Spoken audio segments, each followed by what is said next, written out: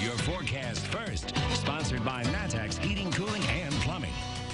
Well, good evening to you. Very overcast skies across central Illinois. Another very kind of gloomy start to the week. And we have got yet again another storm system coming our way that will bring us accumulating snow. Not tonight, though. I'm just going to keep the cloud cover around as we go throughout the course of this evening. Temperatures are in the low 30s, 33 in Champaign, 32 Springfield, 34 in Effingham. If you're heading out and about again, quiet conditions for tonight, but we cannot say the same for this time Wednesday night. As snow moves in, we'll talk more about potential accumulations. WCIA 3 News starts right now. Now from WCIA 3 News. A Mahomet woman was stabbed to death over a decade ago. Today, the trial for her accused killer started. Plus, a daycare owner was arrested for hurting a baby, which she's accused of doing. A police chase ended on an interstate ramp today. Why 2 people were arrested. You're watching your local news leader. This is WCIA 3 News at 5. A man accused of killing a woman over a decade ago was in court today. Good evening, I'm Paul Cicchini. And I'm Jessica Coons. Jennifer is off tonight. Michael Henslick was arrested in 2018 for stabbing Holly Cassano to death. It happened at her home in Mahomet in 2009. DNA evidence from a cigarette led to Henslick's arrest years after the murder. WCIA 3's Jamie Mays is live in front of the Champaign County Courthouse in Urbana tonight. Jamie, what's happening there now? Henslick was inside the courthouse. They were selecting jurors for his trial that just wrapped up. There were 16 jurors selected. In court today, the state's attorney says they offered Henslick a plea deal in 2019 for a 55-year sentence if he pleaded guilty. But Henslick never accepted the offer.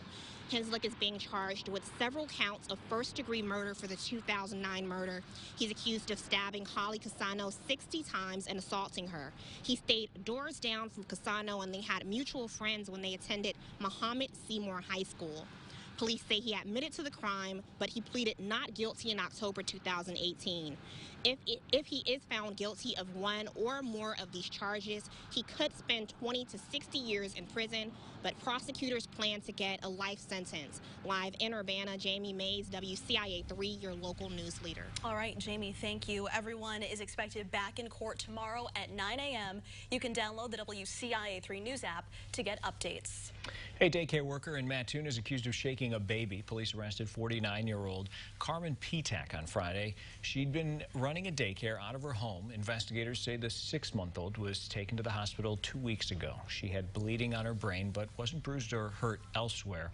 Police say that's consistent with a baby who's been shaken. They later interviewed Petak, who admitted to getting frustrated and shaking the baby. Obviously, there's a lot of people that this affects, the parents, the grandparents, daycare providers, because an infant that small can't tell us what happened. And so it's a major investigation. Everyone gets interviewed. Everyone gets brought in and interviewed. And I know the doctors and nurses, they're doing their part too. Investigators say the baby is doing okay now in his home. Doctors don't know yet if there will be long-term damage. Petak was an Illinois state trooper from 2006 to 2010. State police did not give the reason for her resignation. Police arrested 2 people today for shoplifting at an Old Navy in Tuscola and then leading them on a chase. Police say they got the call from Old Navy employees, and they were able to catch up to the 2 suspects on I-57 by the Curtis Road exit. The suspects tried to drive away and crashed into a pickup truck. They were also hit by a semi. Police say the suspects then got out of their car and ran up the ramp. They were eventually taken into custody. Tyler Welch and Taya Washington are both facing charges of retail theft and eluding police. Danville police are looking into 2 separate shootings that happened over the weekend. The first was Saturday night near Hazel and Woodbury Streets. Police say the victim said he was riding a bicycle when someone shot at him. He believes the gunfire came from a light-colored truck. Danville High School was put on a precautionary lockdown during an after-school event. That's because the shooting happened a few blocks away. The second shooting happened early Sunday morning near Kimber and Grant Streets. Police found a 38-year-old man shot in the back. He told police he was walking into his home when someone started shooting. Both victims are expected to survive. If you know anything about those shootings, you're asked to call police. Police say they responded to several shots fired in Urbana last night, and minutes later, a car crashed into a nearby tree. It happened near Town and Country Apartments at Cunningham and Kerr Avenues. WCIA 3's Karina Rubio is live in our control room tonight. Karina, do we know at this point if these two situations are connected in any way? Well, Jessica, today I spoke to someone who lives right behind those Town and Country Apartments. She heard the shots and says police told her there's a good chance the two could be connected. The Champaign County Sheriff's Office says someone driving under the influence with a revoked driver's license crashed into a tree at Perkins and Brownfield Road. At the same time, Urbana police were investigating those shots fired. Caitlin Kuntz lives in the area and says police were looking for bullets in her backyard. She says she heard 3 loud shots, a brief pause, then 3 more. I have this 2-month-old and just wanting to protect her and just make sure she lives. I didn't really think of myself. It was scary because we're unsure if there's going to be more shots.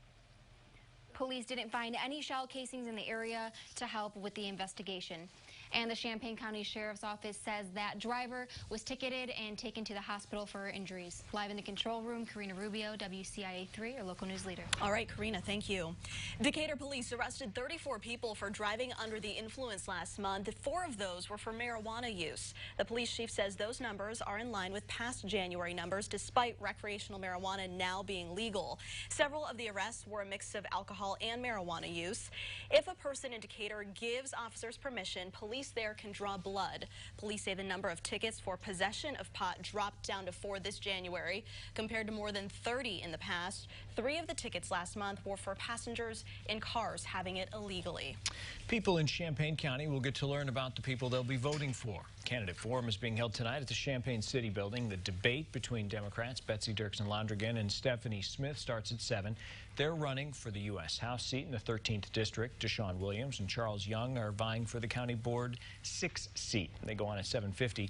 Mary King and Connie Dillard Myers are running for the County Board 10 seat. They go on at 8:25. One of the state Supreme Court justices said he's retiring. Justice Robert Thomas will step down at the end of the month. He was the first Chief Justice from DuPage County when he was elected in 2005. Under the Constitution, the Supreme Court has the authority to fill interim vacancies. Appellate Justice Michael Burke's been appointed to fill the seat starting March 1st until December 2022. One district is talking about taking money away from one school's project and adding money to a different one. Plus, the real world can be a scary place. How one school district is trying to ease that transition.